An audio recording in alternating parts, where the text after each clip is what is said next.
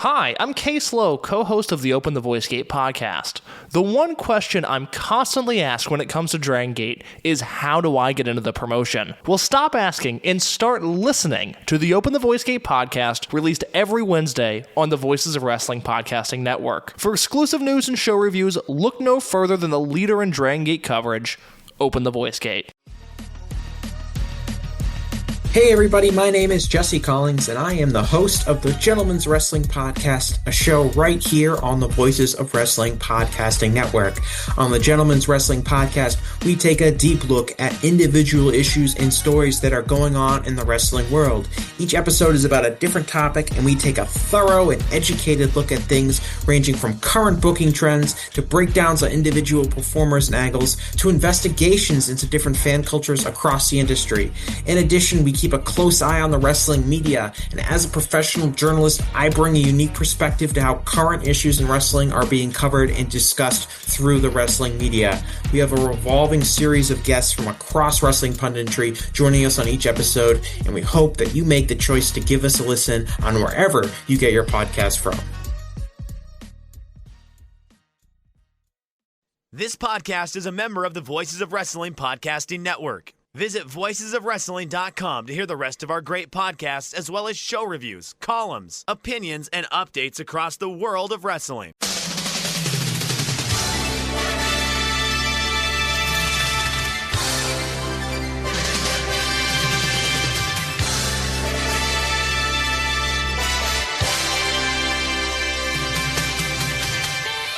Hello everybody, welcome to the Super J-Cast. I'm Joel, and I'm joined this time by Damon McDonald. Same as always, it's Tuesday 26th of August 2025. This is episode 376. Damon, are you well? Yep. We are smooth as silk. Physically, well, I mean, I don't have a cold or anything or any kind of disease pouring through me that I'm aware of, but yes, I think we're good. We're good. Actually, we're really good. Really good. Better than it should be. Well, that's not true. I'm good. Why am I rambling on like a fucking maniac right now? Please take over. Please start talking now so I can stop. I have been playing a video game. Which one's that?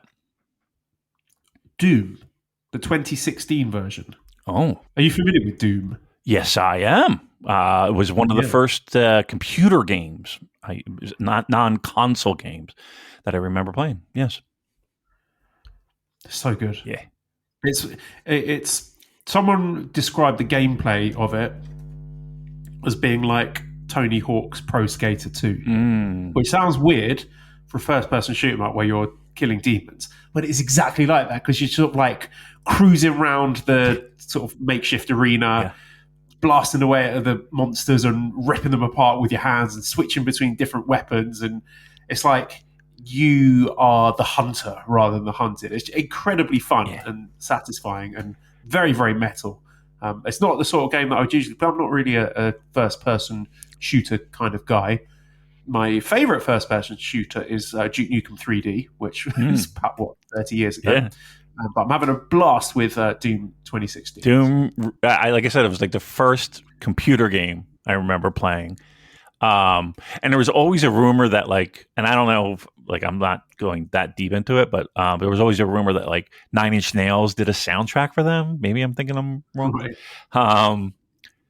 Yeah, it was so fun. And at the time, graphics being what they are now, it doesn't compare, but at the time it was just pretty fucking gory. It was kind of like Mortal Kombat when you played that and you're just, in the first time you rip somebody's fucking head out and you're holding their skull and you're just like, fucking holy shit. It has that element of you're blasting somebody these monsters right in the fucking face. It's great.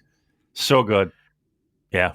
Did you ever download? And so popular that people went to great lengths to try to emulate Doom running on some absurd devices. People getting it running on calculators, ATMs, fridges, microwaves, even the printers. Apparently, someone managed to get Doom running on a printer. I don't know how that works. There's a great book about it called Masters of Doom by David Kushner about the production behind the games. Really interesting people involved in that. was it John Romero? I think John Romero and John Carmack, the two guys who were.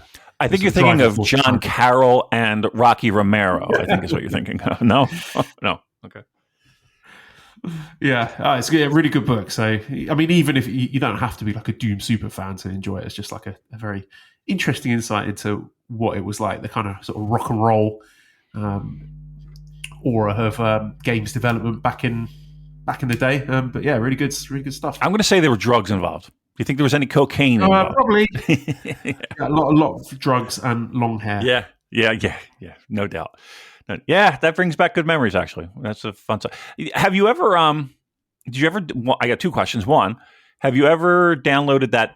What was it? That Warhammer game that I told you about, where you fucking just maul these lizard-like alien things. So good. No. So fun. Yep. And then the second question I have is, you might not be old enough though. Do you ever have you been a part of, or have you participated in a LAN party? No. Okay. So you would hook up your computer. This is before like laptops became somewhat reasonably priced, and you would hook up all these computers to like just one local network, and you would play Doom or you would play whatever, and you would stay up all night doing things to help you stay up, whatever that choice of stimulant was, and you just literally played video game all night. Lots of Coca-Cola. Yeah. If you imbibe it through your nose. They were. I just remember those. I wonder if any of our listeners ever been to a LAN party. I doubt it. I'm old as fuck. All right. Where would you like to go, sir? Where would you like to take us? I just want to talk to Almorian in the chat. Oh. He's throwing some interesting questions. Does Arsenal look great this weekend? Yes, we did. Absolutely destroyed Leeds United 5-0. And our new superstar striker, Victor Gyökeres, was off the mark. Got 2 goals there. And he does this famous celebration where he does his hands making like the Bane mask from Batman. And I know a lot of rival fans were desperate for him to be a flop, but no, unfortunately, he's brilliant. So, you're out of luck. He's the kind of player and the kind of character that we've not had since like the 90s. So he's basically just single-mindedly driven. He's a goal machine. Nice. He's like a sniper. Sort of. I imagine him like his psyche to be sort of like a Patrick Bateman style sort of psychopath goal pervert, where in his free time he likes to sit in his apartment, sits on a big leather sofa, completely naked, staring at a goal, like a full-size goal in his home. He's probably wearing like a mask made out of a football skin or something. Maybe likes to invite Sunday League defenders around to his house and murder them on weekends, things like that. Just the guy who'd sort of step over his own mother to score a goal. And I love that. We need players like that. Yes, you do. Again, for all the defense and all the conservative play, it is nice when you get that one. And again, I'll ask, is he a defensive liability? Like if he's on the field, are you worried that he's going to get smoked? And No, okay. No, don't care. It's not what he's there for. He's there to score goals. Nice. And we had an exciting moment because we brought on one of our academy players, this guy called Max Dowman, who 15 years old, but he's already incredible. Like he's going to be massive. Okay. He was just like tormenting the Leeds defence, just like absolutely skinning their left back, dribbling past him. And he got fouled in the box and won a penalty. So I was like, wow, this 15-year-old's won a penalty. And, potentially, if they'd given him the penalty, he could have been the youngest ever Premier League goal scorer. Wait. Time. The dude's 15? And he's playing 15. In the fucking, the big show? Premier League, yeah. Uh-huh. What the fuck? How's that legal? Well, there are some things that are not legal. Like, I don't think he's allowed to get changed in the same dressing room as the adult players. Wow. And he'll be going back to school in September, I think. So, yeah. Holy shit. 15 and he's playing with, like I said, up in the show? Wow. Yeah. Holy, yeah. Yeah, and he's only going to get bigger and put on size. And wow. 15 and he's smoking people already. Yeah. So he won a penalty. And there was a little part of me, and a few people wondering, are they going to give the penalty to Max Down? Are you going to let the 15-year-old take this penalty kick and be like the youngest goal scorer in Premier League history? But no, Victor Gyökeres is having none of that. He's just like, yep, I'll have that ball. Thank you very much. That's mine. Everyone else, fuck off. Well, he'll earn those stripes. He'll be there one day. But oh wow! All right. So if I watch this, do they play this weekend? Yeah, we've got a massive match. We've got Liverpool. That's right. I did hear that. Yeah. Is that on Sunday or Saturday? That's a great question. I will have to check. I think it's Sunday because because I was on like some the Reddit Oasis board, and somebody was like, "Is there any places in New York that are going to have this game?" And I was like, "Well, I never respond. I never posted on Reddit in my fucking life. I have, but like a million years ago." Yeah, so that's what remind. Yeah, I did know that was a massive. All right, I got to figure out that because I would like to see that. Would it be? See, here's what we do better than you do over there. So, again, you have Wembley and you have all the restaurants and all the fucking. We tailgate. We call it tailgating, and you bring the car, and you bring the fucking grill, and sandwiches and food and obviously beer, and it's everybody like working out of their own car, so we do that better than fucking anyone else. Like we got the fucking tailgating shit down. So that's what everybody's like, where can we go for pre-game drinks and blah blah blah, and everybody's like, dude, MetLife Stadium, you're just in a parking lot. Like you can go to Mall of America, but you're drinking in a fucking mall.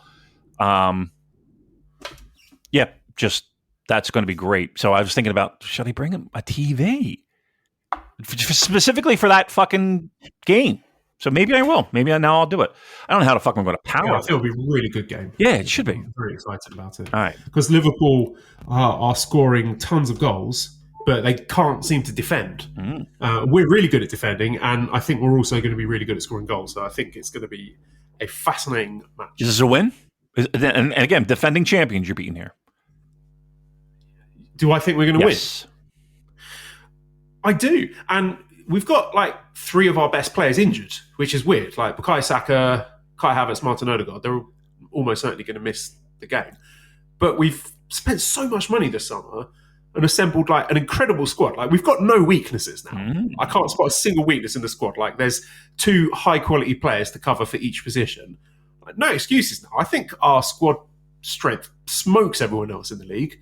And if we don't get decimated by injuries this season, I think we're going to win the league quite comfortably, to be honest, because it just looks so good on paper. So even with those players missing, like some of the new players we've brought in, I think are going to give Liverpool a lot of trouble. So I think we're going to win. I love it. Know what I love? I love optimistic Arsenal Joel. That's my favorite Joel. At the beginning of the year, he's like, brimming with confidence. He's like, we're so back. We're so back. It can't go wrong. Our fucking roster's deep. And then, we get around when do we start the sweating? Like around Thanksgiving, Christmas time? Is that when we start sweating a little bit? No, it's not happening this year because this seriously, Damon, this is unprecedented. I've never in my entire history as an Arsenal fan looked at a squad of ours at the start of the season going like, that's perfect. All right. We've done everything. We are properly tooled up.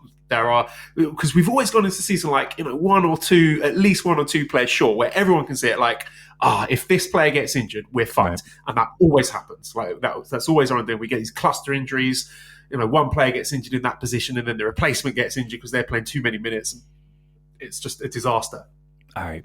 But it's not happening this year. I got to find a TV. I have the TV. That's not the problem. The problem is how am I going to power it?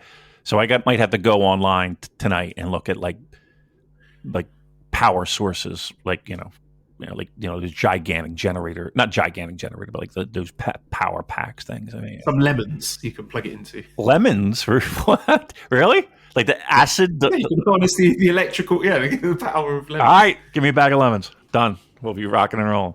All right, cool. I think I'm going to make that work. I think I'm going to make that work. You know what I'll do? I'll do the old buy it and then return it right after using it gimmick. Huh? Yeah, you know that one? I'm good at that one. That's one of my favorites. I'm like, I build like a protective layer around it so it doesn't get any nicks or anything, no nothing. And then whoop, right on back. It didn't work as I planned, and take that fucker right back. All right, this sounds like an idea. This sounds like this thing is going to be massive. If anybody's going to fucking Oasis at MetLife, come look for us. We'll be doing it right. All right, cool. That's good news from the Arsenal front. What else we got? That's it. Show's over. All right, thanks everybody. Good night. I mean, what? What's wrong? Like, obviously, there is Forbidden Door to talk about, and I said that I will do a Patreon show about Forbidden Door. I've not watched it yet, but we've got a couple of people from Discord, Yap and Will, who were there live, and they're going to talk to me about the show, and share their thoughts, and I will watch it at some point, but I have not watched it yet. Okay. I'm aware of what happened. Yep. Okay. I watched a smidge of it. Dan, again, was going to go, and then he had friends that went, and I wound up catching a little bit of it. I mean, it's kind of what you would expect, in the sense of a lot of the matches felt like they were just matches in a bubble. And not to say that they were bad, but they were, kind of westernized idea of what great pro wrestling is. And Tanahashi's cage match was a whole bunch of nonsense, like a lot of goofiness. And I'm just like, oh, what am I doing? I will say this. And I mean this with all the love in my heart. If you were there or you paid for that and you enjoyed it and you turned it off and you were like, that was fun, great, good on you, great, excellent. I will also say that and I hope the brain scans are conclusive. And yeah, one way or the other. Yeah. Again, if that's what you enjoy, good for you. It's not for me. That was not for me. All fun aside, that was just like, oh my Lord, what are we doing? And from what it looked like, the people in the arena were digging it, I guess.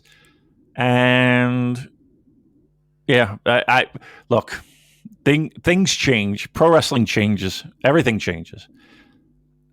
And maybe I'm the old man yelling at the fucking clouds and get off my lawn and all that bullshit.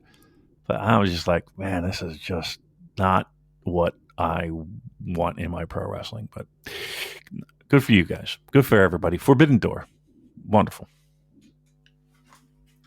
Yeah, I said before we started recording that I was grateful that I didn't go. Not because I thought the show was terrible or anything. It's just not to my taste, not to my cup of tea. I enjoyed the last Wembley show that they did, the one with Danielson and Swerve. That was really good, but there wasn't anything on this card that I thought was must see. And from what I've heard about results, I think I made the right choice, because I've got to be judicious about where I'm spending my money, and going up to London, I don't particularly like going to London. It's a show that I don't think has particularly big implications for a New Japan watcher. Right. I mean, I suppose it would behoove us to sort of touch base and talk about the relationship and this sort of IP of Forbidden Door, because I just don't really have any strong opinions about it, because it's an AEW show. Right. It's got the New Japan brand on it, but like, who cares? I mean, it's Tony Khan's show, so it's totally up to him who he books on it. So I'm not up in arms about the lack of New Japan representation on it. It's pretty much what I expected. It reflects the New Japan wrestlers that the casual Western fan are interested in, which just happens to be wrestlers who were popular during the 2017, 2018, 10 years 2019. ago. Yeah. Right. Yeah. So I can't.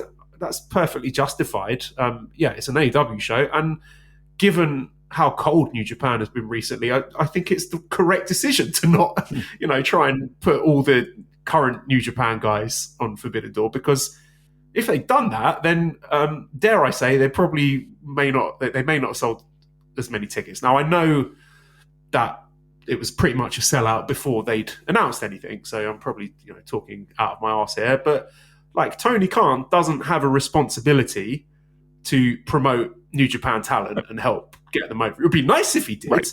Like, don't get me wrong, I'm not going to be complaining if he's like, right, I want showcase feature spots for Tsuji and Uemura and Oiwa. I'd be like, cool, definitely. But it's not his job to do that. And right now, I'm just in the frame of mind where I think New Japan needs to get its own house in order before I even start to formulate an opinion about what Tony Khan is doing with New Japan talent on what is, we all know it. It's an AEW show with AEW storylines, and the AEW is more popular than New Japan. It's going to sell more tickets. The AEW wrestlers and storylines are more popular. So I don't have any issues with how the show was booked. You know what? You made a really good point in the sense of I don't want, a Yota Tsuji. I don't want to. Ren Narita. I don't want to Yuya. I go down the list. Like, to me, if you want to use guys who are on their last legs and retirement tours and guys who haven't wrestled in New Japan in fucking ages, knock yourself out, Tony Khan. Knock yourself out, because truth be told, I'd rather that happen in a bubble and leave the real New Japan Pro Wrestling, current modern day, like, don't even touch it. And correct me if I'm wrong, didn't I read somewhere or see somewhere Tony Khan originally had the opportunity for Tsuji, but he turned it down, saying something along the lines of he wasn't a big enough name, and then they gave a match to Ospreay or something. I don't know. I don't know where it goes. Yeah, so I've got it here. So this is from Wrestling Observer. Khan said he was looking at using Tsuji for Forbidden Door this year, but he wasn't available for TV or the pay-per-view. He then said last summer he considered Tsuji as a world title challenger to Swerve Strickland, but was essentially talked out of it due to him not being as established as a real challenger. That's how Ospreay got himself into the mix instead, as he pitched himself a challenger. So I'm just curious who talked him out of it. Like, I'm not complaining. I'm like, oh, well, why did they not book Tsuji? And, he wasn't a big star back then. So, again, I can't really complain about that. What I'm interested about is why Tsuji is not available this year. I think that's pretty beast. I think my headcanon is he was like, fuck that noise. I'm not doing Forbidden Door. I'm going to go and hang out with my mates in Mexico. He's hurt, quote unquote, Joel. Remember. Oh, yeah. The terrible shoot concussion that he got from the Bad Luck Fall, where he was also able to wrestle 24 hours later. Right. So, I'm not medically cleared, maybe, to participate. So, yeah. Again, if you want to use, and I think I'm throwing out Hiroshi Tanahashi as an example, but I think it's a little bit different, being that, okay, they're billing it as his last UK match, blah, blah, blah, blah, blah. Okay, fine. But, you got fucking Kota Ibushi, you got Bucks, you got, in one of the matches, correct me, there's like a 6-man championship where friggin' Shibata is one of the champions, and the only thing that show was missing was fucking Tomohiro Ishii. Let's be honest. It would have been Chef Kiss Tony Khan extraordinaire show. I'd rather that. And here's the thing: that's what the people want. Let's be truthful. That crowd wanted those people on that show, no doubt. No fucking. They don't want no fucking New Japan. They don't want Ren Narita. No. They don't want Evil on their show. Do you think they want fucking Evil? Do you think they want fucking, go down? Sorry, while we're on this, I forgot to ask you about this. Like you remember last time there was those comments leaked saying Tony Khan, doesn't like Evil and no influence on that. Do you think that is pretty bad to leak that, to have those comments attributed to you about your partner promotion, essentially burying one of their top stars? Well, Tony Khan writes the checks, so okay. And it seems like at every opportunity, we're ready to fucking bend over and spread our cheeks. And we have commentators who, again, admittedly if you asked them, will have said, yeah, I probably got a little out of control, but okay, I'm just doing fucking what I thought was right for the moment and blah, blah, blah. I'll get suspended for a month. Okay. All right. They're like evil would have seen those comments and been like, what the fuck? What I do? Right. Do my job, man. Right. Why do you say fuck me? Right. Oh, I'm just playing a role, Tony. You know this, right? I'm not really evil. I'm a nice guy. Yeah. Look, Tony Khan's a fucking weirdo. Let's be very clear. He's just a weird dude. I've never met him, so I'm saying that just on the body of evidence that is out there. I don't know. He's just a fucking weird dude. Things happen, and and maybe some of those comments were taken out of context. Who whatever. Tony Khan doesn't like evil. Whatever. I don't like fucking Billy Gunn. Right? It's like, to me, it's the same fucking equivalent. Gun catching strays. Oh my God, Billy, if you're listening, I like you. No, I really don't. But that's okay.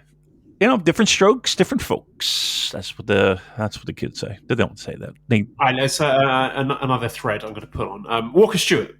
What about him? Appeared on the show he did a guest commentary in some of the New Japan adjacent matches, if I'm not mistaken. How much longer have we got Walker for? Because he's going there, isn't he? Like, it seems inevitable to me. I mean, probably not long. And that's not me talking with him and saying, "Hey, how much longer you got?" But if you do the math, it is. Look, I'm sure there were times that dude had a calendar in his bedroom. And it was like a jail cell crossing off the fucking blocks till his fucking deal ends. Because it hasn't been the smoothest ride for the poor guy. He's had a lot of obstacles and a lot of, and he's had criticism, and some of it has been justified. But I think he's done an outstanding job. And again, we failed to remember a lot. He's in his early 20s, right? And in the grand scheme of things, he's a fucking kid, right? And he's already better than the entire AEW commentary. No doubt. Yep. No doubt. Yeah. I and again, I'm not saying this like saying, "Hey, here's your ticket. There's the door," and I kick him in the ass. But it is like, okay, the dude lives in, where does he live? Oklahoma? He still lives in Oklahoma? That's got to be a fucking pain in the ass. I'm sorry. Like, the novelty of going to Japan and working Japan and all that stuff, I think that wore out relatively quick.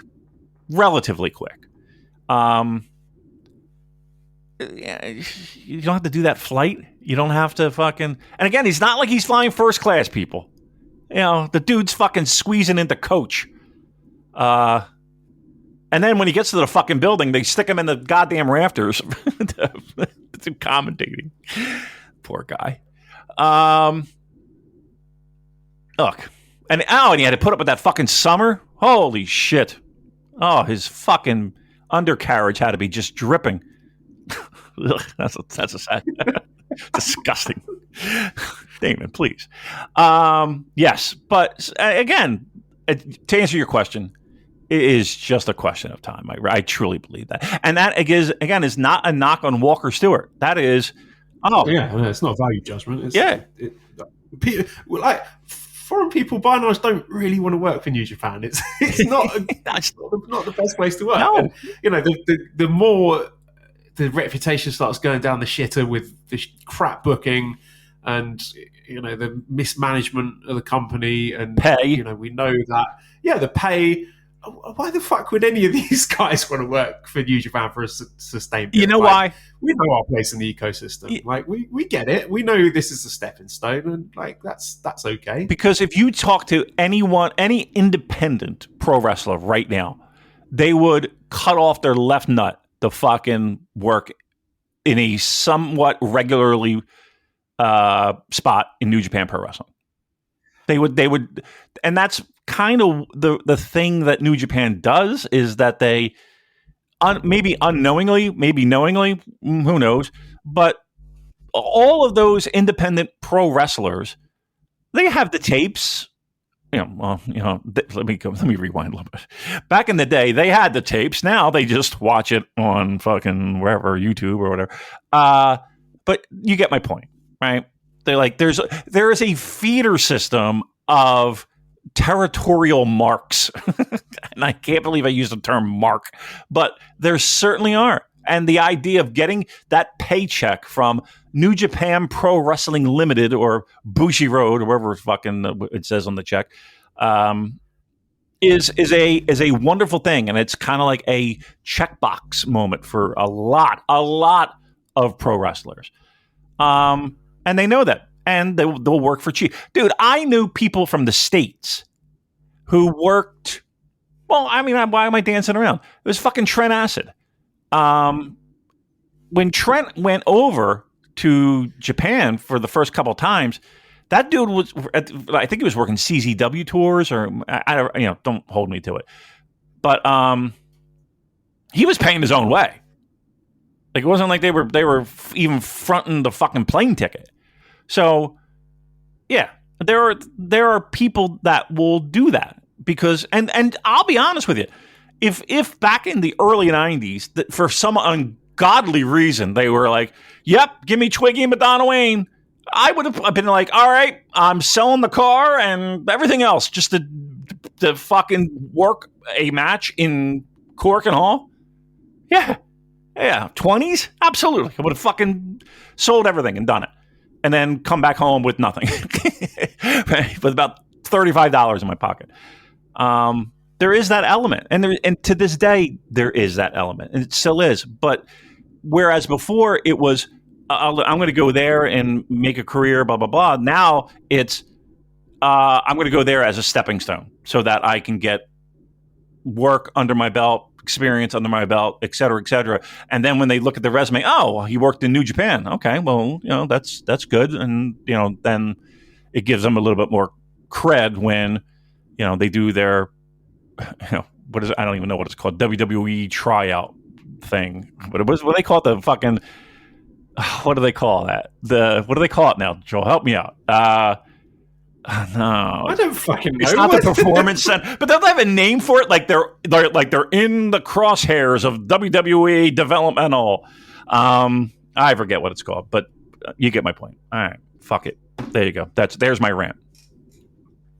And this is the thing, like, I know we've sort of cultivated, or I don't know if it's just me, this kind of sort of straw man persona online where, like, people think we are blaming Tony Khan for everything that's wrong, and we think New Japan booking is perfect, and AEW are the boogeyman, and we are, like, gnashing our teeth in rage every time a New Japan guy ends up working for AEW. Like, it's just simply not the case, right? Okay. We know this is how it works, and the current philosophy on where the problems lie in New Japan is summarized by the Discord. It's kill Gedo with hammers, right? We know that there are a lot of self-inflicted flaws, wounds and problems with New Japan Pro Wrestling that have got absolutely nothing to do with AEW, nothing to do with Tony Khan. That's not me saying that I think the Forbidden Door relationship is great and perfect and we're really benefiting from it, but it's just not top of the list of priorities. Like, we've got way more pressing things to worry about, and we know that sooner or later, if people get to a certain level of success in New Japan, particularly the Western guys, they are going to end up getting big money offers from one of the American companies. So let's talk about Gabe Kidd, who was not physically able to compete in the Grade 1 Climax, but was able to throw himself from the top of a cage or a ladder or whatever it was through several tables. So that's interesting. I'm glad he's made a full recovery there. Yeah, it's amazing what science and technology will do. Science in a check is really, it's amazing. It's amazing how you recover. Yeah. I mean, it's quite staggering, isn't it? Like, this sort of any percent speed run from being I'm the saviour of Shinihon to fuck it, I can't even be bothered to work the G1. I'm going to be twerking for AEW. it's pretty remarkable. Like, again, I'm not saying I'm faulting him, because I'll probably do the exact same thing in his position. But yeah, that's it's going to be interesting to see how the reception to Gabe Kidd when he does return to New Japan. I tell you what, I don't think the fans are buying that anymore. You think? You think they kind of feel the wool pulled over their eyes? Is that the phrase I'm looking for? Yeah. Is there a pro wrestler in the history of New Japan Pro Wrestling that has fallen from grace as hard as Gabe Kidd? In his quick amount of time. Like, again, it is still 2025 by my account. And coming off that dome, holy shit. Was there anybody hotter? Well, you know what? I take that back. Jay White. Remember that post-match? Not even beyond that, the new beginning match with Tsuji, where we're just like, oh my god, this is the future. The company is saved because of this guy. Yeah, how about us with egg on our face? Yeah, it's look. The problem, what you said about AEW and Tony Khan is absolutely 1,000% correct. But I will say this: there is that feeling of, oh, the guy with all the fucking money is just waiting to poach. Because again, we've seen it quite a few times now. But like, and I think there's like also an issue to be raised about whether we should be willingly participating in these little AEW tryouts. But that's the thing, because too. Let's face it, that's what they are. Yep, absolutely correct. I mean, there's no doubt about it. That's exactly what they are. Now, like, if Tony Khan wants to poach one of someone who's working for New Japan, let's at least make him go to the effort of watching some 2025 New Japan before he makes that decision, rather than just like giving him a little appetizer on his own programming. Well, I tell you what, if you're the wrestler in that scenario, all you got to do is just wow him for one show. Like if you made a mark, pardon the pun, on a Forbidden Door show. And Tony gets a fucking boner over it, you're getting signed. Like, it's not like you got to put in all this, you got to hand deliver a 6-hour comp tape of your fucking best shit. No, it's all you got to do is impress him once. And I can't say that you're in, but you're in good graces. I'm telling you right now, there is not a New Japan pro wrestler on this current modern day roster that would turn down a plane ticket, mind you, to Bumblefuck USA, wherever they're running the show, to try to impress Tony Khan. Let me repeat that. There is not a wrestler on that roster that would turn that down. That's the reality we live in. So again, Are we sitting here and everything that goes on in New Japan Pro Wrestling and Tony Khan is pulling the strings? No, of course not. That's preposterous. But to sit here and tell you that there is not that air of, well, we've seen it before and it'll happen again. Like that's something that unfortunately we have to get used to. Like that's something that is the reality of the situation. So one, I will say this. I don't think that there's anybody that's really a major threat to be signed aside from like a Gabe Kidd, right? So clean up in-house, clean up the shop. Let's get creative. Let's have some fucking good pro wrestling. Let's have some fucking cohesive storylines. Let's push young talent, and let's get our house in order. And then let the chips. Listen, in a year, Tony Khan might not even be a thing. AEW might not even be a thing. You don't know. Pro wrestling's weird. Pro wrestling is fucking weird. Stranger things have happened, right? You wake up one day and this guy is now getting sued, and boy, oh boy, the company's in trouble. Who knows? All I'm saying is this. Enjoy what you got, because you don't know if it's going to be here tomorrow. All right, well, let's talk about some of the stuff that's been announced for the upcoming Destruction Tour. Dog shit. Sorry, go ahead. Big old steaming. No, it's not dog shit. Some of it might be. So I'm just going by televised events, so stuff that's going to be appearing on NJPW World. So we're starting off Next Sunday, September 7th, for the Yuji Nagata produced Blue Justice 16. So Blue Justice 16, we've got, a big old pile of nothing. Yeah. Main event is Hiroshi Tanahashi versus Yuji Nagata. So get into it. Look forward to that. I can just read out the whole card, but it will be pointless. It will be wasting everyone's time. Are you excited? You're not excited for Yuji and Tanahashi locking up? Where's this show being held? Do you know? Is there any idea? Is it like Shinjuku Face? It is the Chiba Togane Arena. Okay. I have no idea what the capacity of that particular arena is, but look.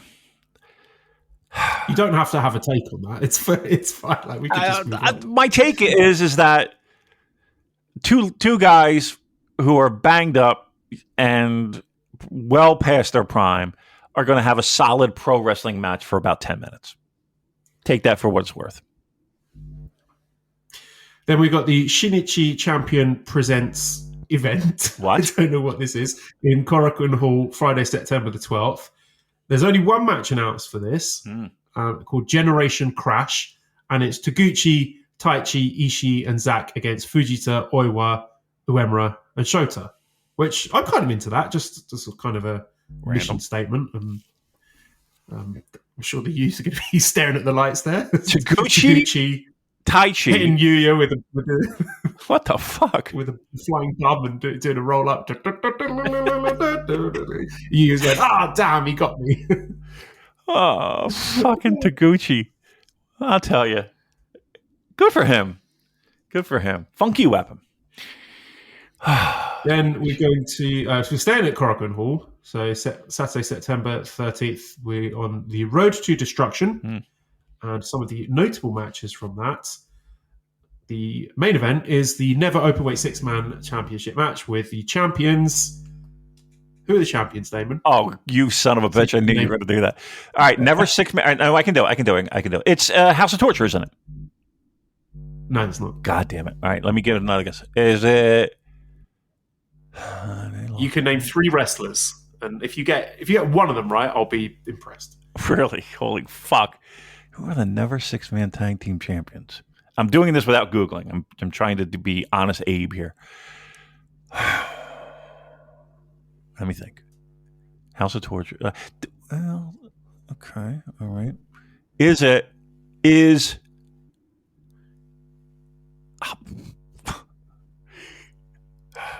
I'm really embarrassed. I have no fucking clue.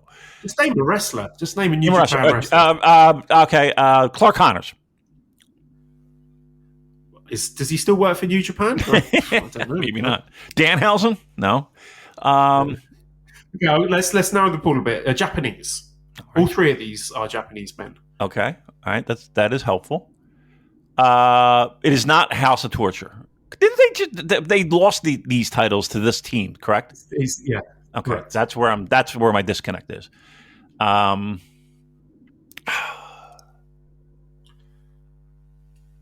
Oh my lord. Yano is not in this mix, right? Yes, Yano's one of them. Oh, is it really? Are you fucking kidding me? All right. No. So it's Yano, Ishii? No. Good try. One more. You get to name one more wrestler. One more. All right. So Yano.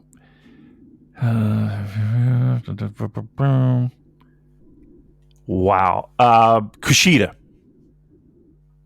No, it's Yano, Yo, and Wato. Oh my god! They're the 6-man champions. I'm telling you flat out. Obviously, I have no recollection of this happening. You could be lying right now, and I wouldn't know the difference.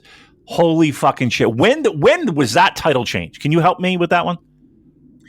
So it was an epic 60-minute Iron Man match between the two, and it wasn't televised. It's like one of these sort of holy grail sort of white whale matches that everyone's been asking to see the tape. Apparently it was like the people that were there live said it was the most incredible mind-blowing match they'd ever seen. So yeah, we just don't know. It's a new Tom McGee tape. All right.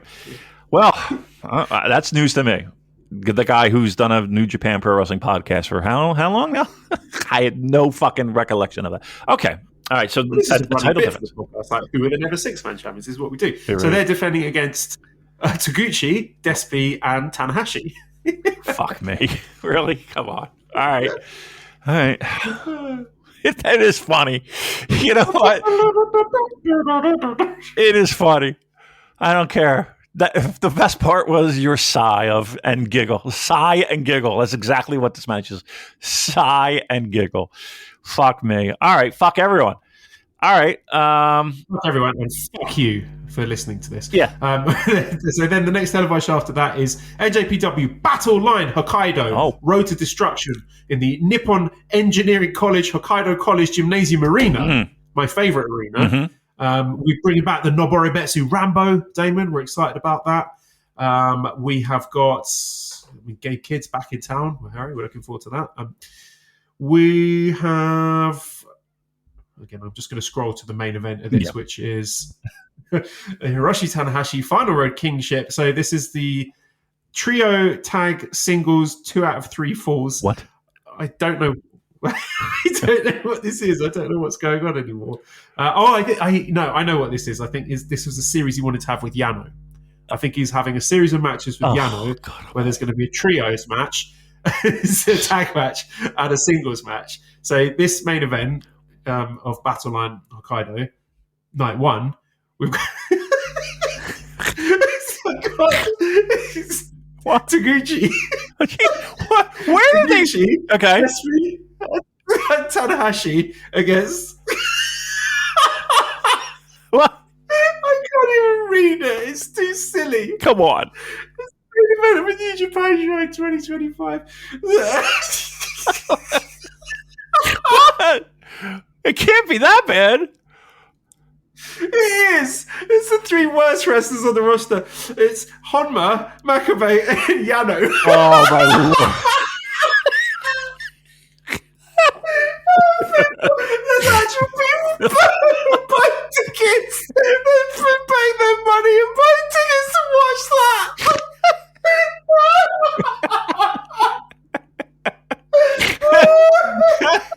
Holy!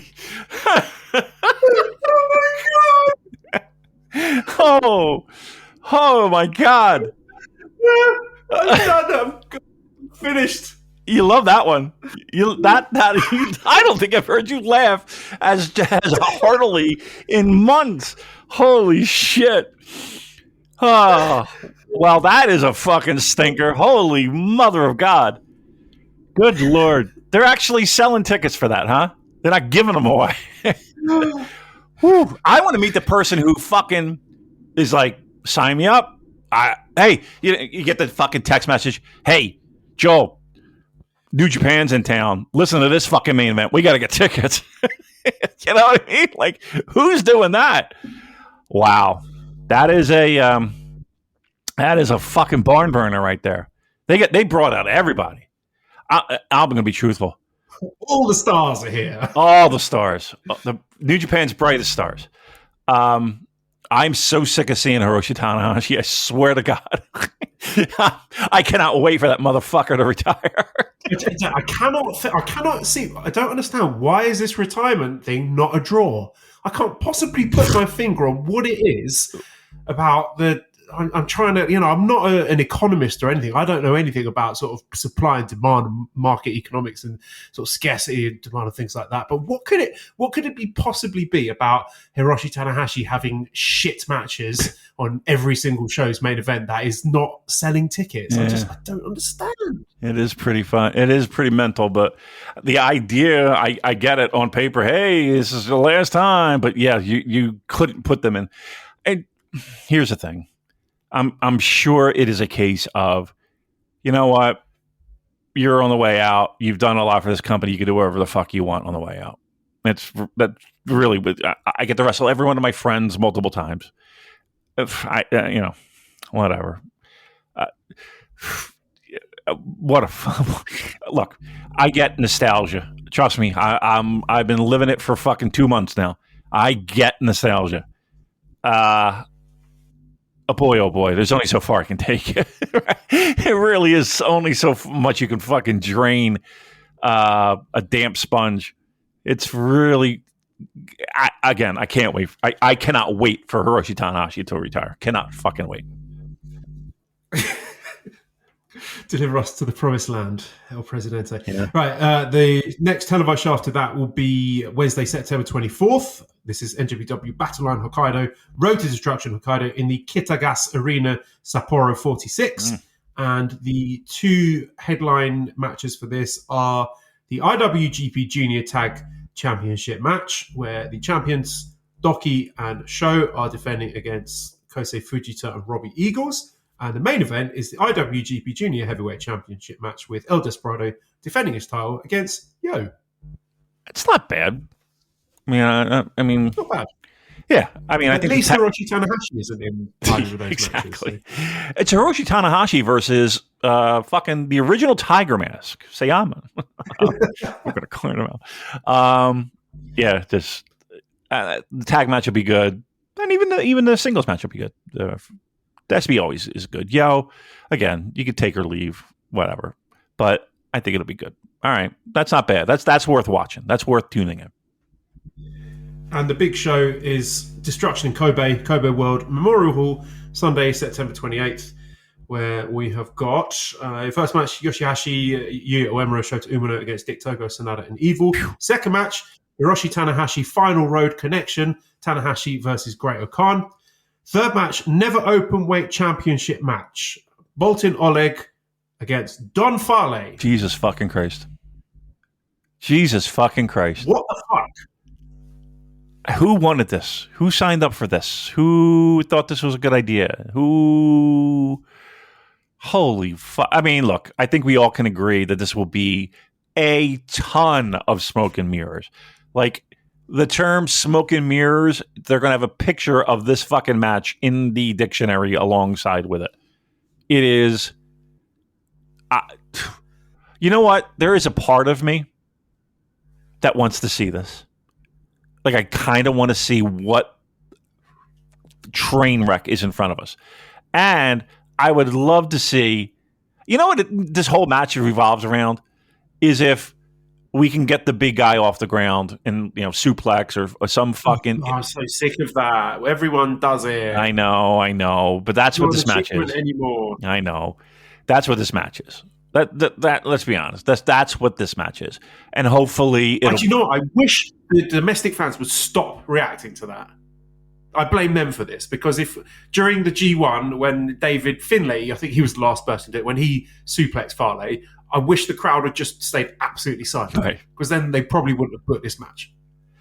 Okay, and now again I'll throw at you, who aside from good old Donnie Fale, Don Fale, Christ, I cannot believe I'm saying those words.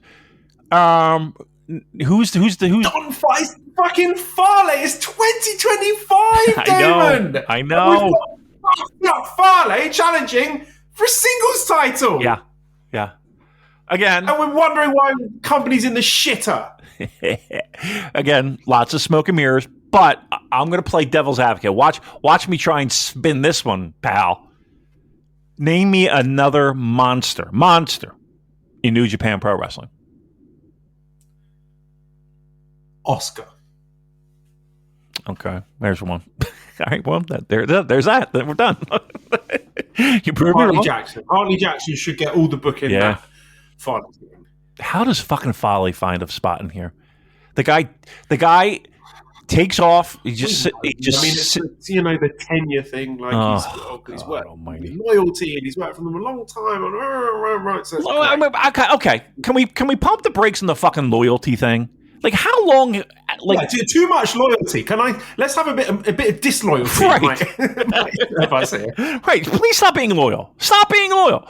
Look at all the disloyal people over in AEW lining their pockets and being superstars and these big packed sellout shows in front of rabid fans. Yeah. What has Don Fale done to earn all this fucking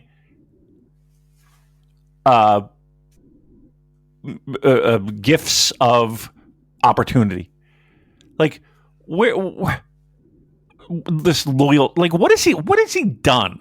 He was a big man, and at one point he was somewhat believable and had decent, passable matches.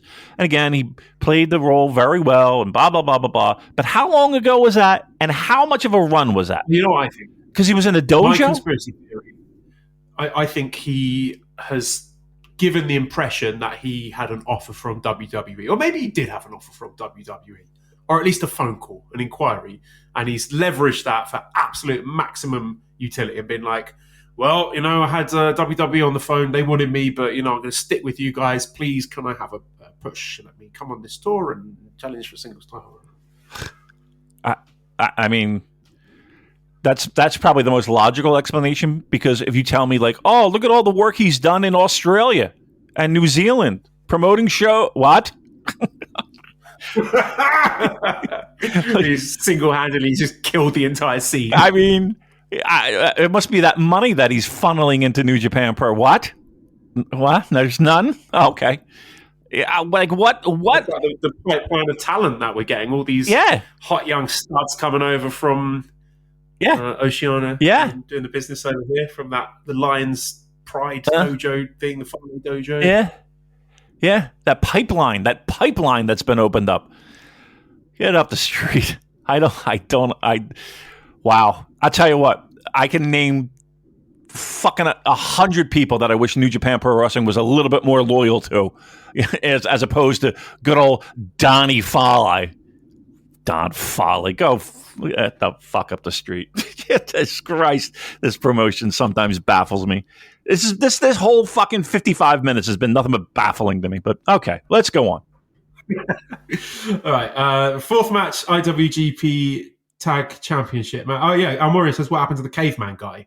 One of the few guys who actually came over and was impressive, Caveman Ugg. Can't find him with a fucking search party. Thank you. Hey, remember, what was his name? Beer City Brawler? Remember those shows? The Ring of Honor shows? Yeah. He had a really good match with Goto. He did. He absolutely did. I liked him.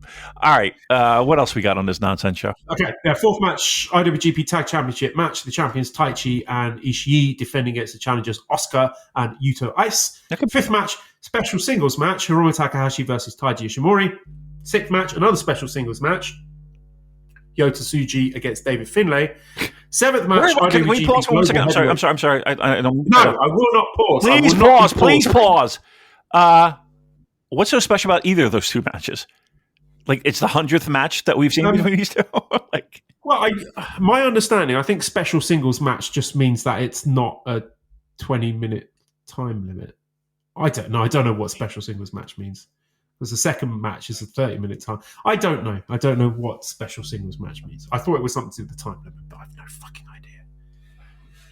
What that match is, Tsuji versus Finlay, I'm assuming the winner of that is going to be coming out to challenge someone for something later on in the show. Special? All right, continue on. I'm sorry. I'm going to cut you off. Are you still there, Damon? Because you sound like you're very, very far away. So this thing is happening recently, where my phone will take over my laptop for some fucking ungodly. Okay. So I got to find my phone. that's Okay. All right. Okay. Fine. I thought something had actually. Something bad had happened, but you have left the vicinity and you're looking for something. So don't worry, listener. I will hold down the fort, keep you entertained while. Is that better? I'm still laughing about that. What? It's that really tickled me. I'm just still laughing at that 6-man.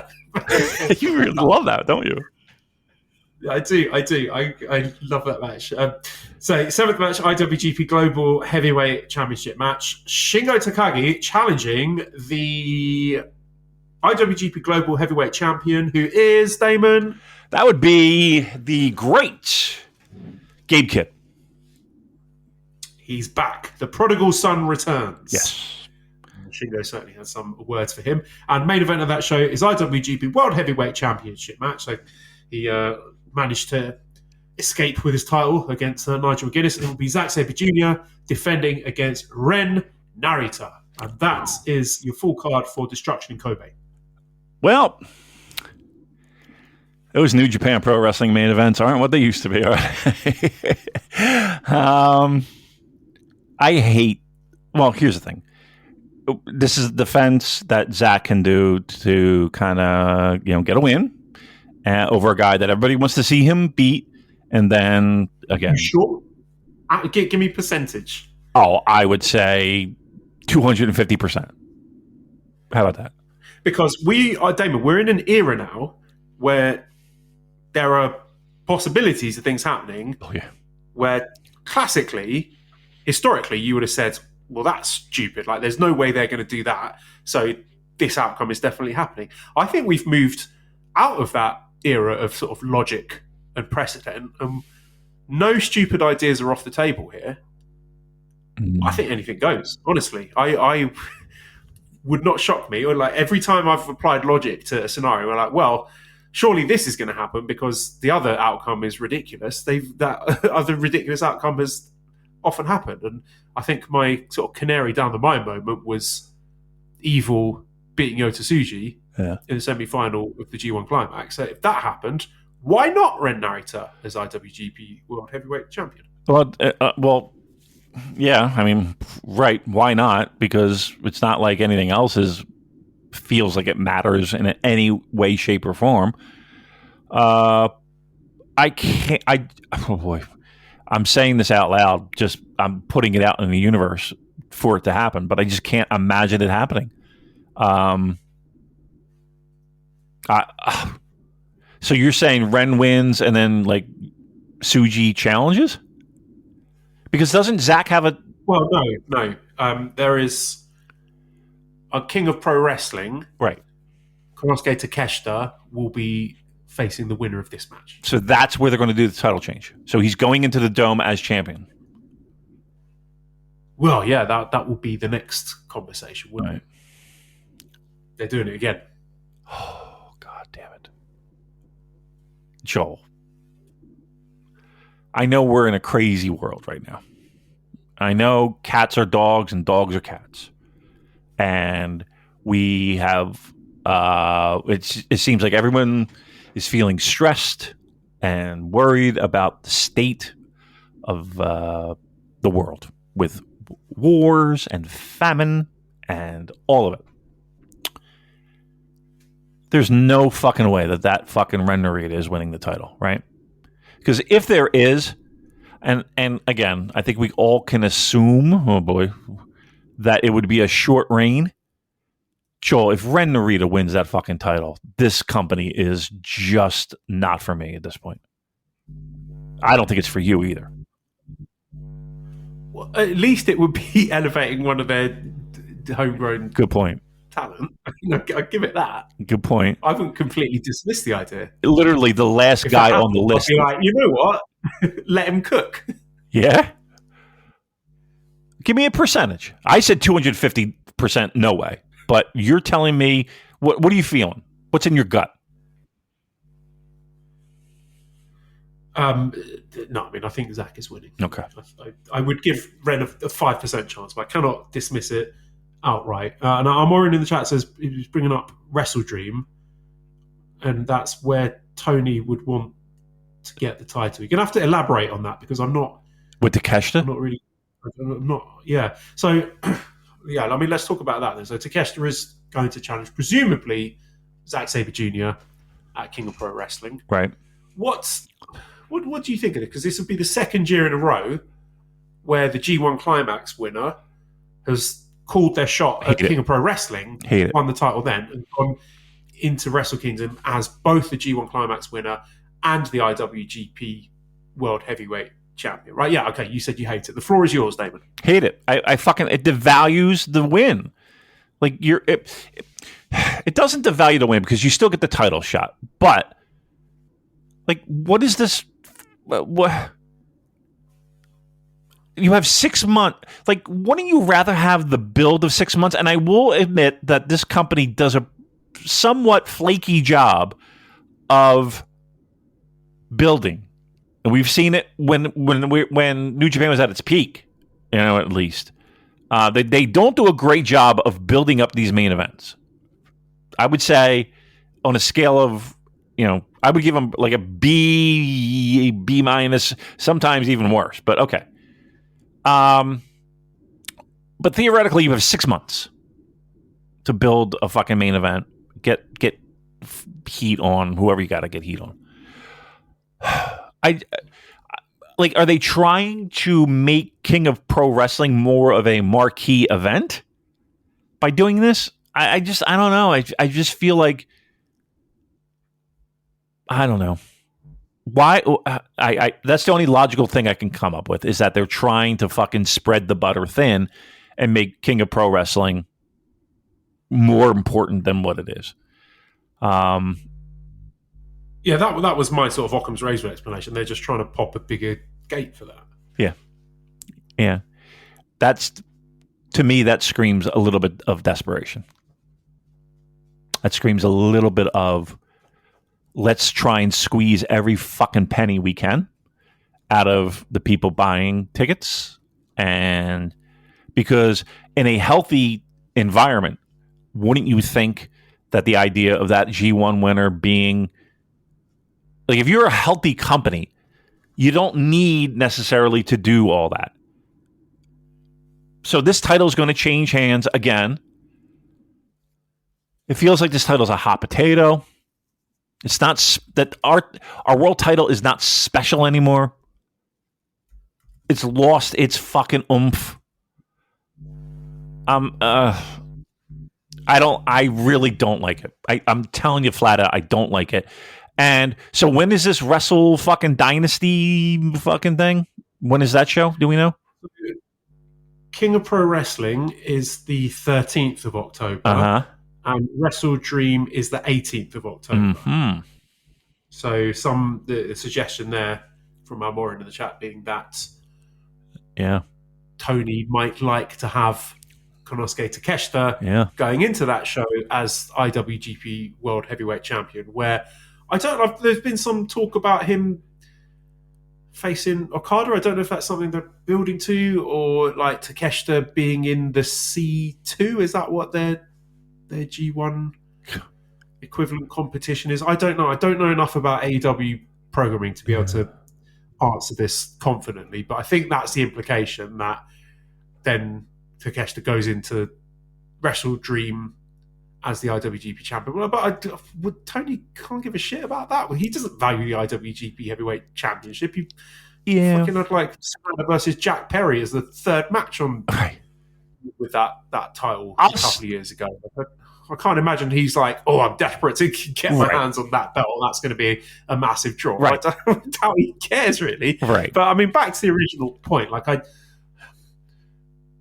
think the problem is what they did last year has made me nervous about their ability to establish a credible challenger, because they did that, Zack winning the G1 and beating Naito for the title, and then Shota Umino just coming out as this absolute lame duck challenger, where he really would have... so I'm always saying he wants to pose with Inoki's descendants with the belt.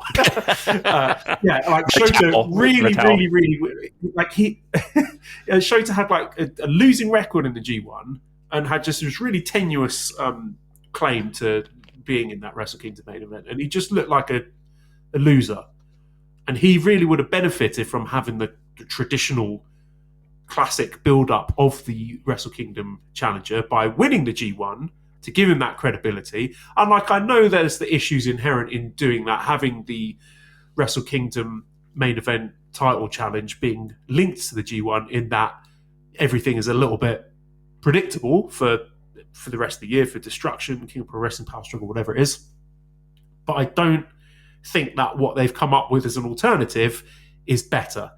Now, that's not to say that they cannot establish a credible challenger for Wrestle Kingdom without the G1. They should be able to do that, but I don't trust them to do that. No. Right? There should be plenty of time.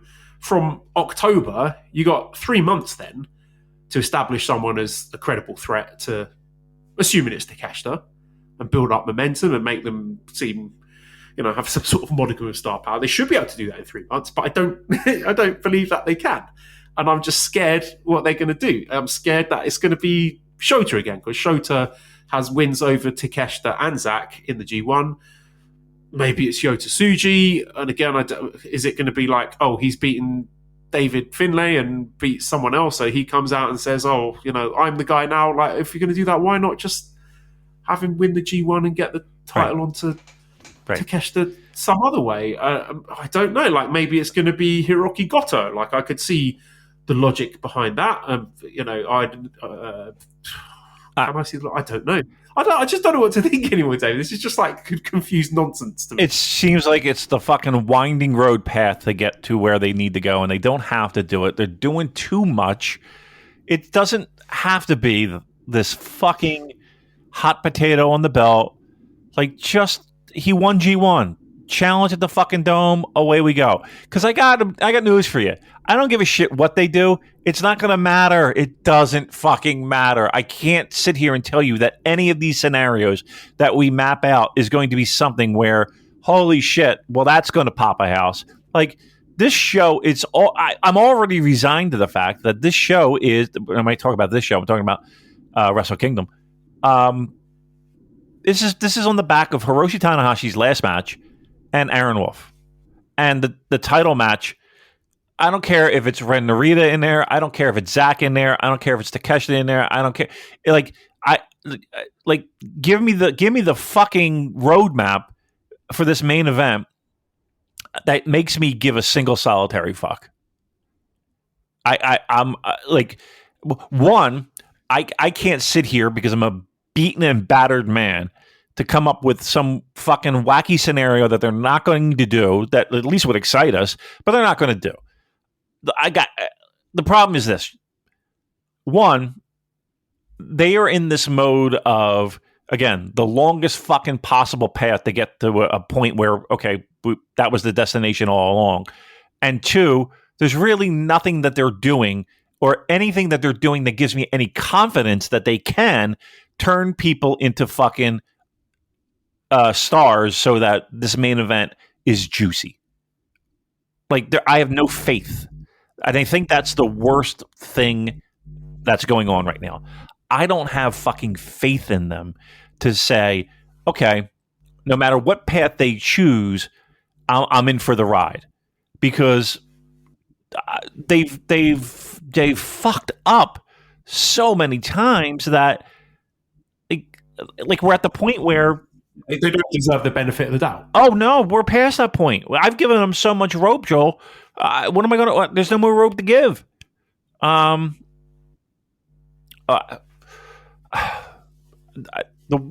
most depressing part of it. Do you think it's the? Yeah.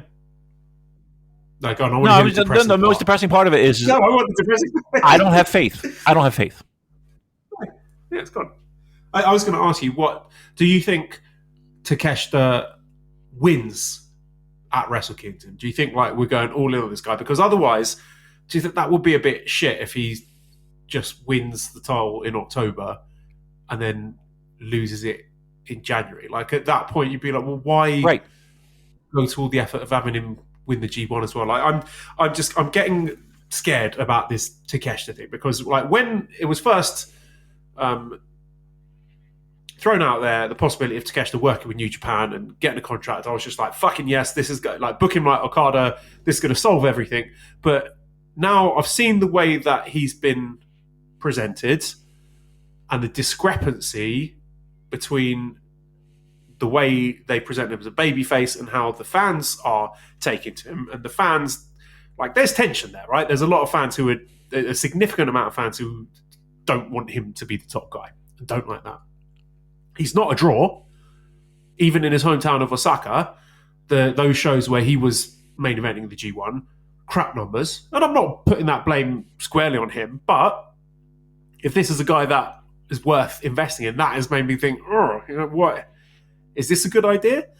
Plus, with the whole AEW New Japan relationship being what it is, what is to stop him just, winning that belt, winning the G1, and then just like, right, I'm going back to AEW. And then what did we do all this for? So I'm starting to get very concerned about where we're going with this Takeshita thing. He's the best wrestler they have. Is he though? Right? Is he significantly better than what New Japan's already got? Because in the G1, he didn't have.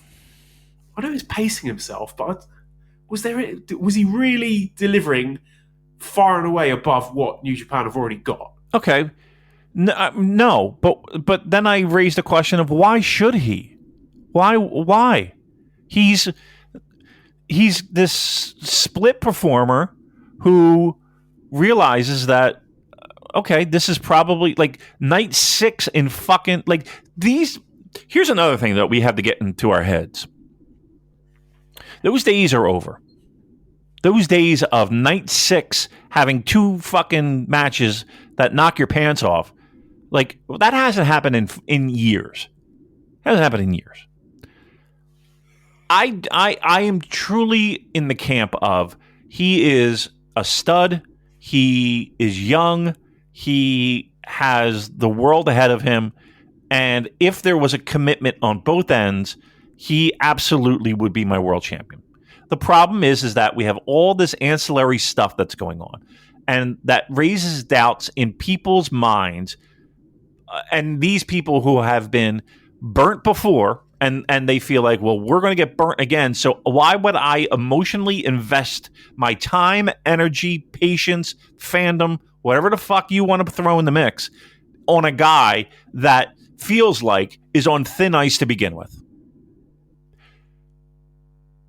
They could make any one of those young guys, and again, we say young guys. They're not young, but you know who I'm talking about. They can make any one of them a star tomorrow. And we've been saying that for 3 years. It hasn't happened yet. I don't know if it's a trust thing. I don't know if we're waiting to the right fucking moment. Who knows? The problem is that the best guy that they have is a guy that they can't trust because of all the fucking circumstances that surround him, and the fans aren't ready to fucking, and again, I say the fans, some vocal fans aren't ready to invest in a guy that they don't feel 100% confident is in for New Japan Pro Wrestling and for the benefit of New Japan Pro Wrestling. So there's that doubt, but he's head and shoulders above anybody else on that roster. He really is. And I think if you had a company that decided to say, okay, it's this guy, and these are the 2 guys that are going to lead us for the next 3 years, they could do that, New Japan, but they haven't. And again, I think it's for the myriad of reasons that we talked about, including they don't feel comfortable with any of the homegrown talent to be on the level of where they would love to have Takeshita, but they can't sit there and say, okay, let's do that because they're scaredy pants.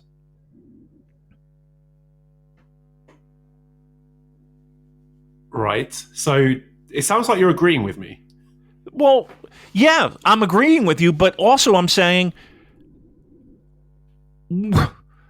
so where do we go? Like, are we in limbo for 6 fucking months where we're just fucking trading the titles between people just to get from point A to point B to point C? And again, I don't think Tony Khan has anything to do with it. While he might like the idea of having his guy come back as IWGP Heavyweight Champion, that's not a deciding factor in this. I find it very difficult to believe. That being said, the company, it's the New Japan Pro Wrestling itself is in a quandary because they have people they don't trust to take the next step, and they also have a guy that they would love to be the guy, but they are scaredy pants to fucking commit 100% to the guy. They look pretty committed to me. I mean, he's won the G1 as an outsider. He's going to be winning the belt in October and going into Wrestle Kingdom main event and losing. Champion. You think so? Because someone, I can't remember who it was, but someone suggested the possibility of Hiroki Goto being the challenger for Wrestle Kingdom and doing Takeshita beating Goto in the main event at Tokyo Dome. With all due respect, that's not a New Japan Pro Wrestling Wrestle Kingdom main event.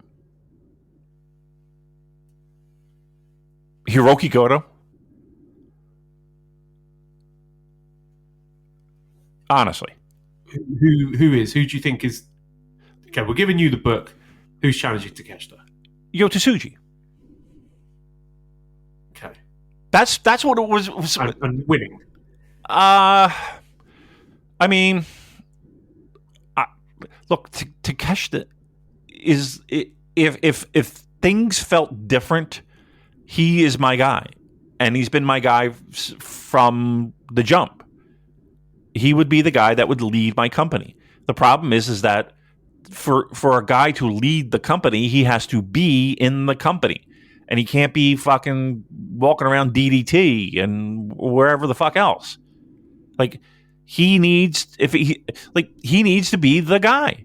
And if people don't feel comfortable with him being the guy, then who's next? Well, to me, that's Tsuji, right? Unless they do some miraculous thing and they build somebody up to the point where it's like, okay, now we have something. But who's that guy? Tsuji's it. And again, I thought that would be G1 finals.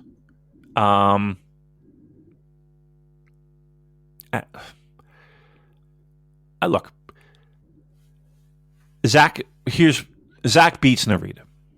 Right? Let's just get that out of the way. Right? So Zack is now defending against Takeshita. Does Takeshita have to be the fucking champion going into Wrestle Kingdom? He probably does, right? He can't lose that match. So now it's him against who's the next guy in line?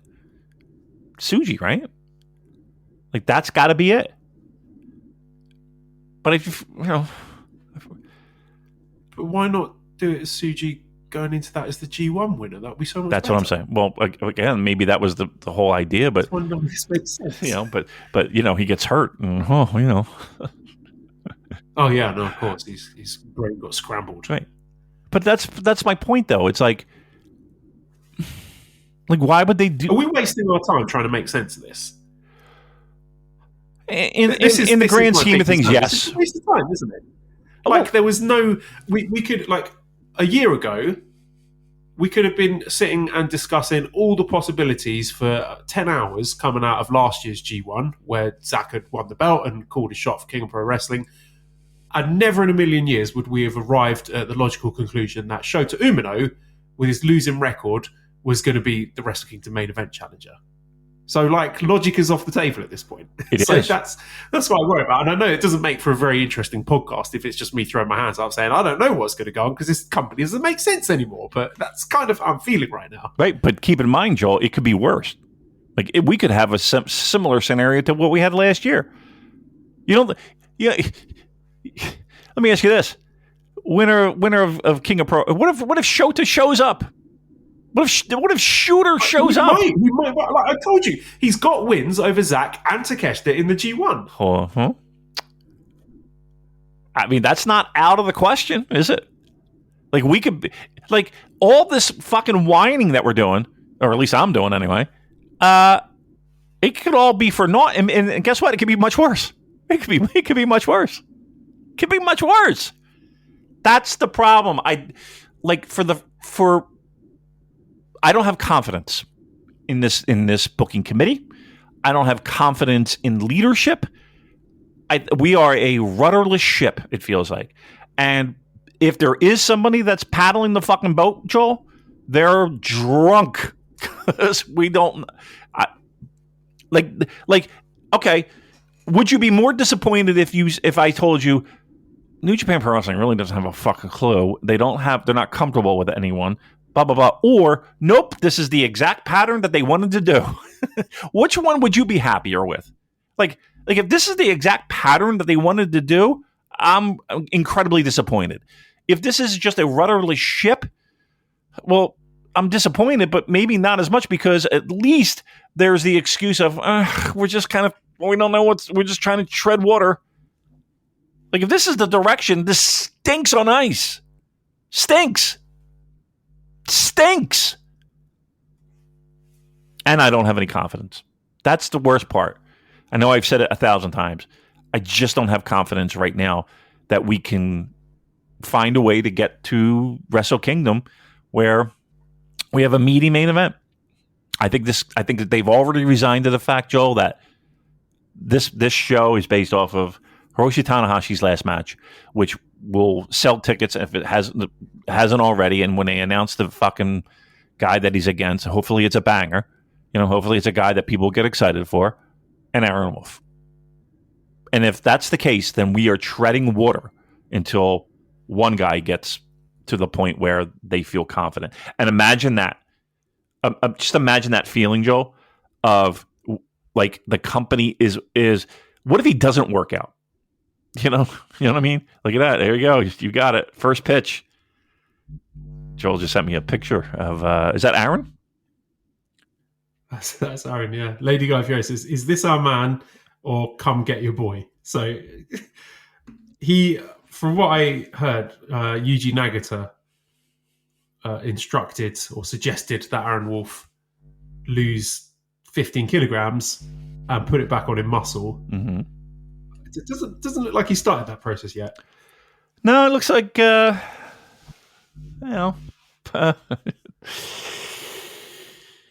I mean, maybe it's the picture, Joel. Sometimes they catch in a bad angle, and things are hanging that aren't supposed to be hanging. We'll see. Again, I think the worst part is that if this company is hanging on for this one dude who hopefully works out, who knows? I mean, they have a lot invested in him. But what if he doesn't work out? Boy, oh fucking boy.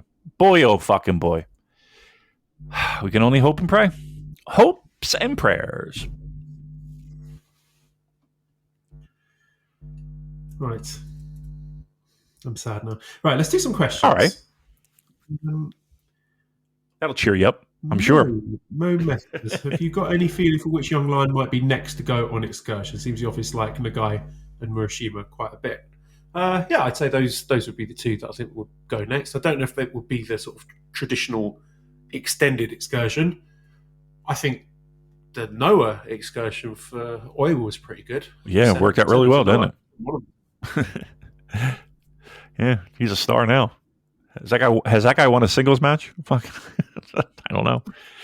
I always feel like Mexico is the destination. I feel like people find themselves in Mexico, whether it's the food, the culture, the drugs, whatever. They find themselves. I'm going to say have them. Ring card girls. Yep. You ring. Oh, lovely. Oh, there was one I used to follow on.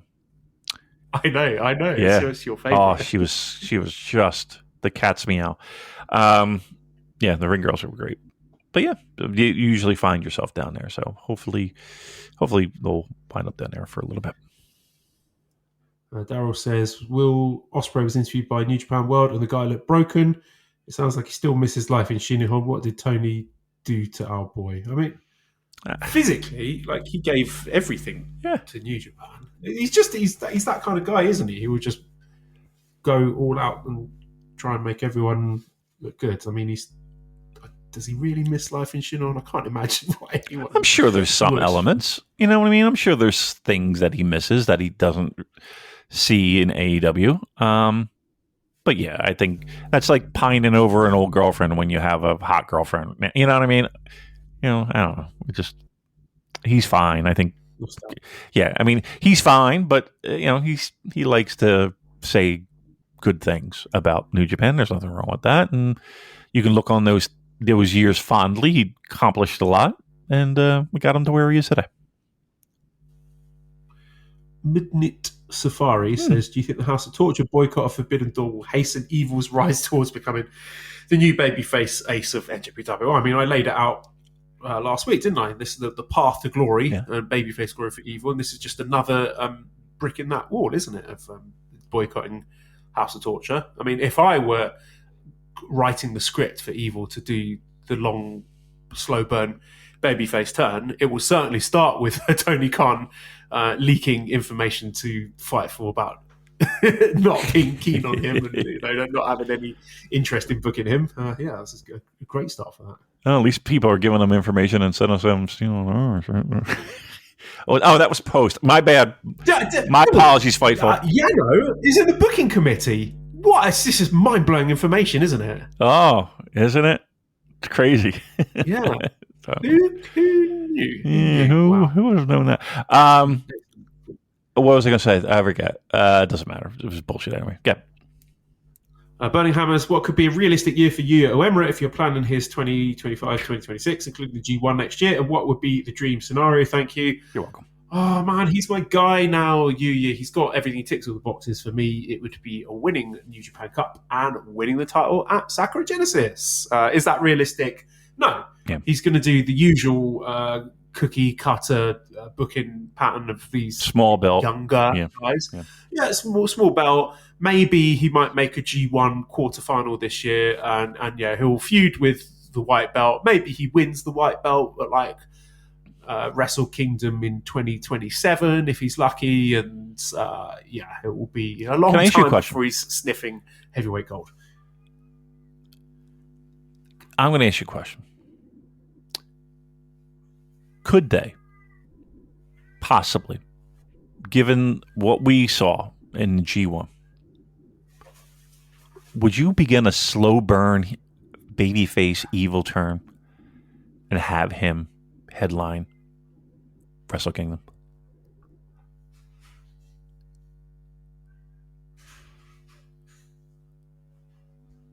I'm still here. Okay. Sorry, the cat. Someone let the cat out. I've already once had to let the cat back in. I thought he passed out. Someone's let him out again. I've had to let him in. Yes, I would. I've said my brain has been so fried by watching this stupid company that I've convinced myself that the slow burn, evil babyface turn to him winning the title at Wrestle Kingdom is the best idea. So yes, wouldn't that be something? For all of everyone's moaning, this is where we are. That the idea of evil being the savior of New Japan Pro Wrestling in some fucking harebrained, who knows how we get there, but the idea of babyface evil. Maybe like he wins it off Gabe Kidd. Gabe Kidd be like, right. Taking this fucking title to Tony Khan. Right. Or even, okay, so let's say Takeshita wins, right? And they build around the threat, and you can throw in Rocky Romero in the mix. You can throw in Don Callis in the mix, whatever.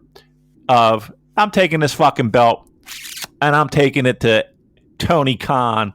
And Tony Khan could play a little bit of a heel too, right?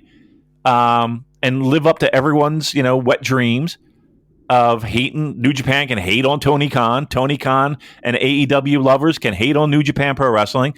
And it'd be a little bit of a little something, right?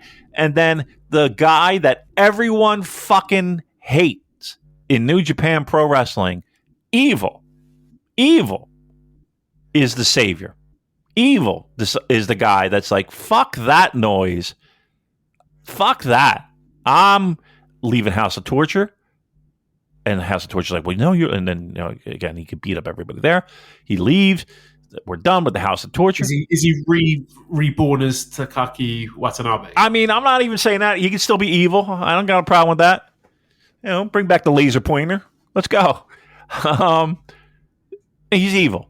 But he is good guy evil. He is White Knight evil. He is pure and driven. He's Bob Backlund evil.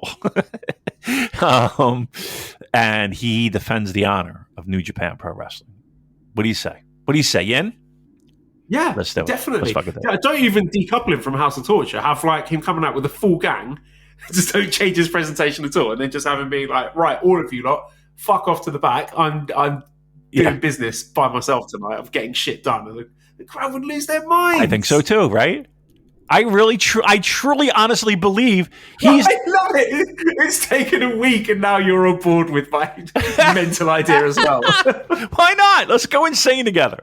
We'll hold hands. Yeah, I'm in on that. That's in on that. So, right, so the official stance, the unified stance of the Super J-Cast is that Evil should be the savior of New Japan Pro Wrestling. That is correct. A shred of irony there. That is correct. again, we got to do Takeshita right in the sense of, again, we got to threaten to leave. We're out. We're fucking taking our title. We're going to Tony. Tony can cut a couple promos saying, yep, this is my belt now. Fuck faces. I took everybody from you. Now I took your title. And now here's Evil, the fucking savior of, wait a minute. What's going on? Fuck that. And yes, you know what? Keep him in House of Torture. And again, have him be like, nope, I don't need the fucking hijinks. I don't need the interference. I don't need any of it. I'm taking this fucking guy to town. I think that is. I'm in. I'm in on it. I am in.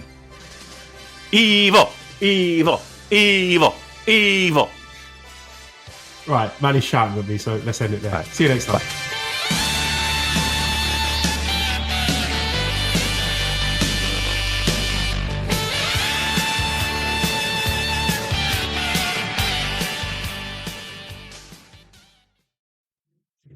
My name is Tyler Fornes, and I am one of the co-hosts of The Good, The Bad, and The Hungy AEW podcast here on the Voice of Wrestling Podcasting Network. We take a broad scope approach to the world of All Elite Wrestling and the entire universe of Tony Khan.